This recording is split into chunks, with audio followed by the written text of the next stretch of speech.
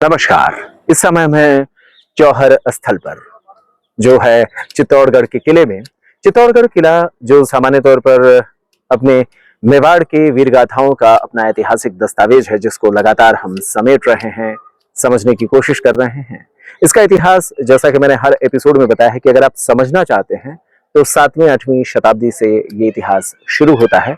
और इतना सुरक्षित दुर्ग होने की वजह से लगभग मुगलों के काल तक, अंग्रेजों के आने से पहले तक, ये लगातार मेवाड़ के राजाओं का एक पसंदीदा जगह रहा है, क्योंकि ये समुद्र तल से काफी ऊंचाई पर, बहुत ही ऊंची पहाड़ी पर ये स्थित है, इसलिए ये लगभग अभेद्य रहा है। हालांकि इस पर गुजरात के, मालवा के और मुगलों के आक्रमण लगातार होते रहे। इस किले के भीतर जब हमने पिछले एपिसोड में आपको दिखाया था, तो उस पहले जौहर स्थल को दिखाया था। टोटल इस किले के भीतर 3 जौहर होते हैं, और इसमें जो पहला जौहर होता है वो रानी पद्मिनी या जो पद्मावती थी उनके द्वारा होता है। अलाउद्दीन खिलजी से जब लगता है कि हार हो जाएगा, तो 30,000 हिंदू छत्राणियों के साथ रानी पद्मिनी ने अपना पहला जौहर राणा कुंभा के महल में किया था, जिसे हमने पिछले एपिसोड में आपको दर्शाया था।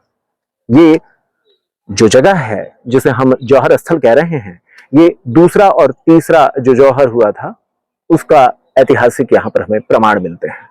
ऐसा माना जाता है, कुछ दिनों पहले जब इसकी खुदाई की गई तो पता चला कि कुछ परतों में राख के अवशेष मिले, जो इस बात को तस्दीक करते हैं कि यहाँ पर जौहर हिंदू जो महारानियां रही हैं, अपने छत्राणियों के साथ यहाँ पर करती रही। यहाँ पर जो 2 जौहर रहे, इसमें वैसे अगर इतिहास के दस्तावेज को देखें तो 1303 में जो पहला हुआ जौहर, वो रानी पद्मावती ने किया। ये दूसरा और तीसरे का जगह है, जिसमें जो दूसरा होता है वो 1535 में होता है।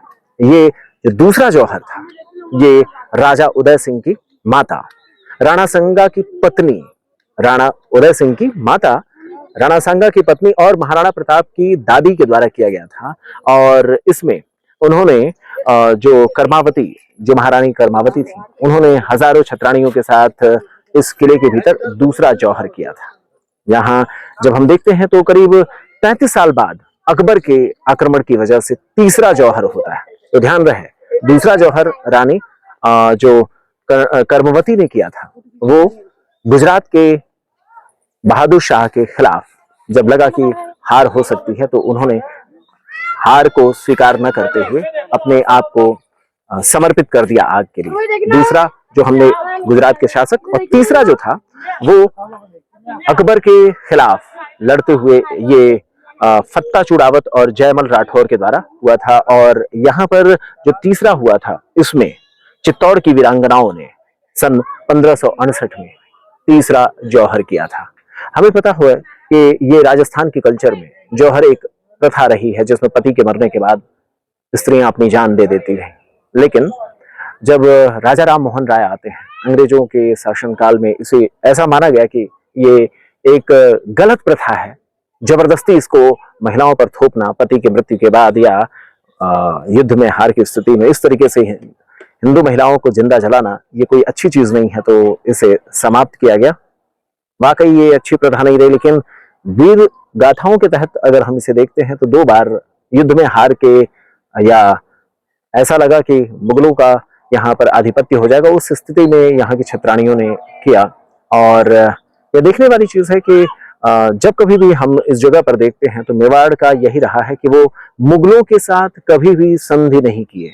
उन्होंने घास की रोटियां खाई, हजारों तकलीफें सही, लेकिन उन्होंने मुगलों के खिलाफ कभी भी सरेंडर या संधि नहीं किया। जो दूसरे जगहों के राजाओं ने किए, वो यहाँ पर नहीं देखने को मिलता है।